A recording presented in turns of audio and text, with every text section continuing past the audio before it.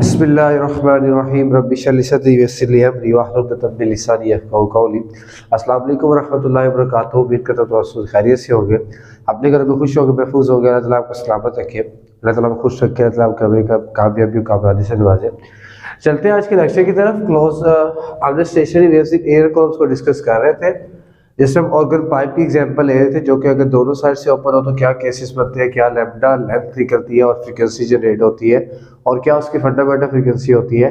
और सेकंड उसका केस था कि अगर आपके पास वो एक पाइप एक एंड से क्लोज है तो देन उसमें क्या आपके पास जनरेट होती है। तो फॉर एग्जांपल अगर आपके पास एक पाइप है जो कि एक एंड से क्लोज है,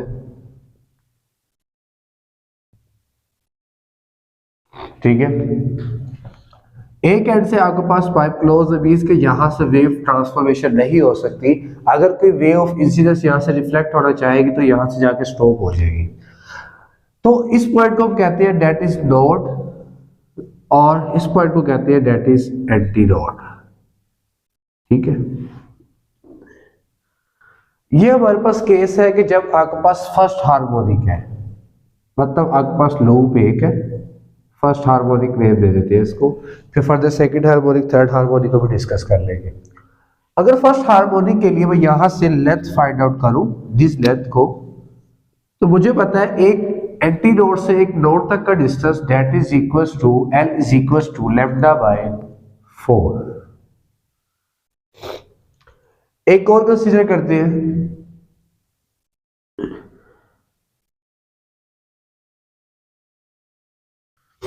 जिसमें आपके पास सेकंड हार्मोनिक केस के लिए अगर डिस्कस करूंगा इसको, कि सेकंड हार्मोनिक केस हो, इस तरह की एक वेव हो, ठीक है, इसको हम कहते हैं दैट इज सेकंड हार्मोनिक। ठीक है, इसको हम सेकंड हार्मोनिक कह लेते हैं। अब इसमें आपके पास एक एंटी नोड, दूसरा नोड, फिर तीसरा एंटी नोड, फिर एक नोड।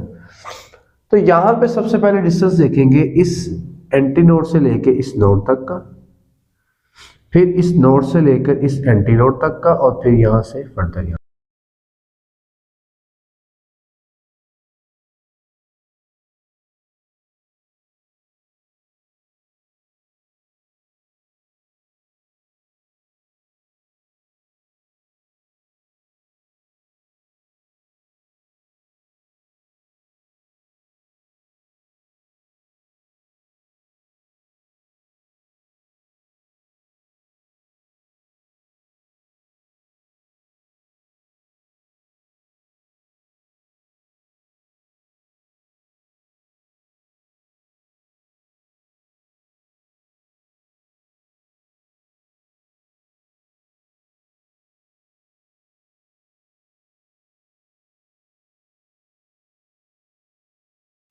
अच्छा, अब थर्ड हार्मोनिक के लिए केस देखते हैं हमारे पास कि थर्ड हार्मोनिक के लिए क्या केस है। अब थर्ड हार्मोनिक में आपके पास एक एंटी नोड, फिर ये दूसरा नोड, ठीक है, देन ये एंटी नोड, देन ये नोड, फिर ये एंटी नोड, देन ये नोड। तो सबसे पहले यहां से यहां तक का डिस्टेंस मेजर करते हैं लेंथ के लिए। यहां पे कर लेते हैं इसको सॉल्व थर्ड हार्मोनिक के लिए। ये हमारे पास है जी फर्स्ट के लिए, ठीक है, बल्कि मैं फर्स्ट को इधर मूव कर लेता हूँ, फिर सेकंड को इधर मूव कर लेता हूँ, थर्ड को इधर मूव कर लेता हूँ, ताकि एक पैटर्न में जनरेट हो जाए हमारे पास। ठीक है, फर्स्ट हार्मोनिक आपके पास आया था, फर्स्ट हार्मोनिक में हमारे पास जो लेंथ आई थी, length is equal to lambda by 4। अगर बात की जाए सेकंड के लिए,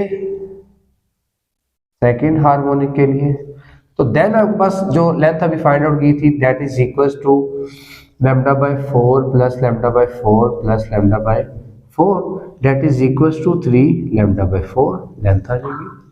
और अगर थर्ड के लिए केस डिस्कस किया जाए, थर्ड हार्मोनिक के लिए, ठीक है, तो देन लेंथ आपके पास आएगी, थर्ड हार्मोनिक के लिए हमारे पास जो स्पेस है वो कम पड़ रही है, तो मैं इसको रिजर्व कर देता हूँ ताकि हम इजीली कर सकें। थर्ड हार्मोनिक के लिए जो डायग्राम थी हमारे पास वो ये इस तरह कुछ थी कि यहां से ऐसे इस एंटी नोड से इस नोड तक का डिस्टेंस, लेंथ अगर फाइंड आउट करूं L3, ये आपके पास है L2 डेट इज L1।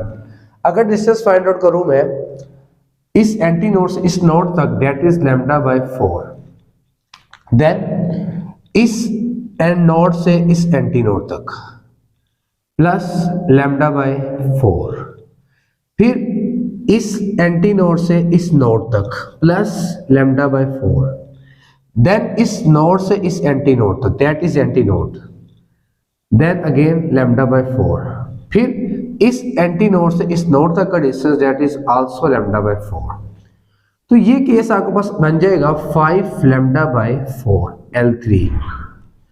अगर इस पैटर्न को देखा जाए तो हमारे पास जो वेरिएशन निकल रहा है, अगर यहां पे 1 पुट कर लो 1 3 5, तो मैंने इस लेसन के स्टार्ट में आपको कहा था कि जब पाइप आपके पास 1 एंड से क्लोज होगा तो देन आपके पास जो वेरिएशन आएगा या जो फ्रीक्वेंसीज की हार्मोनिक ऑसिलेशंस आएंगी वो ओड फॉर्मेशन में आएंगी।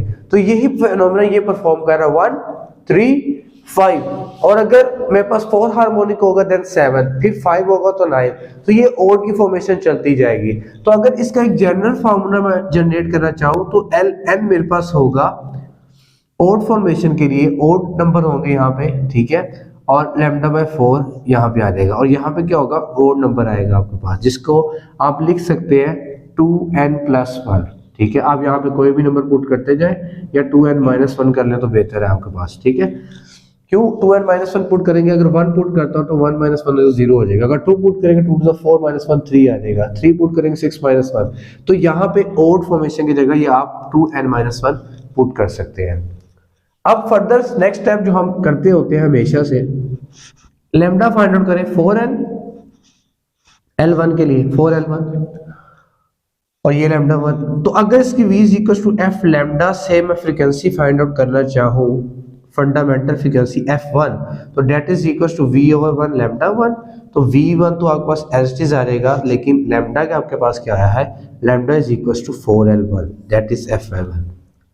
सेम यहाँ पे अगर लैम्डा फाइंड आउट किया जाए तो लैम्डा आपके पास यहाँ से आएगा 4L2/3।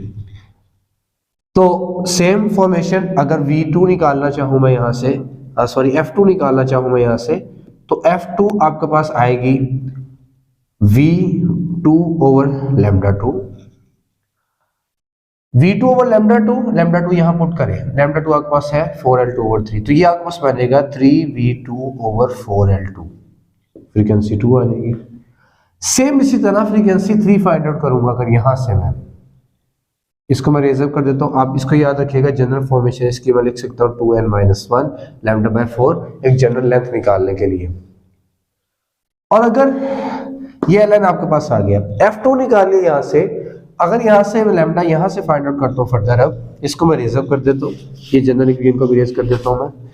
यहाँ से अगर लैम्डा फाइंड आउट करते हो तो λ4 = या λ3 = इसको 3 पुट कर ले और सारा भी 3 पुट कर ले, तो दैट विल बी = 4L3/5, ये आपके पास बनेगा 4L3/5।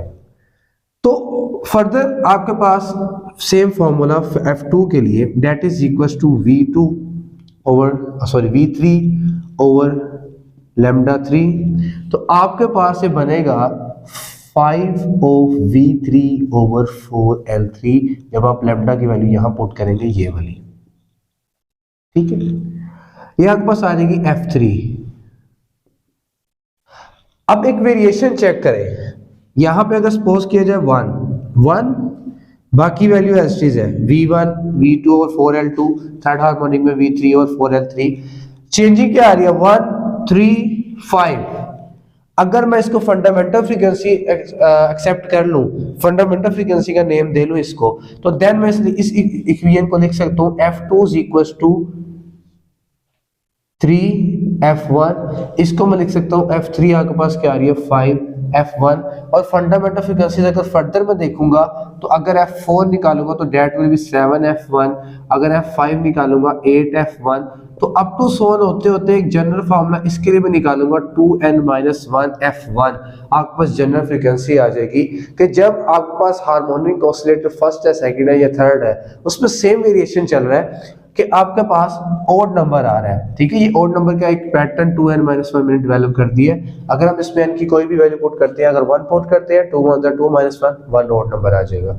2 पुट करते हैं 2 4 - 1 ओड नंबर आ जाएगा। 3 पुट करते हैं 6 - 1 5 ओड नंबर आ जाएगा। 4 पुट करते हैं 8 - 1 7 ओड नंबर आ जाएगा।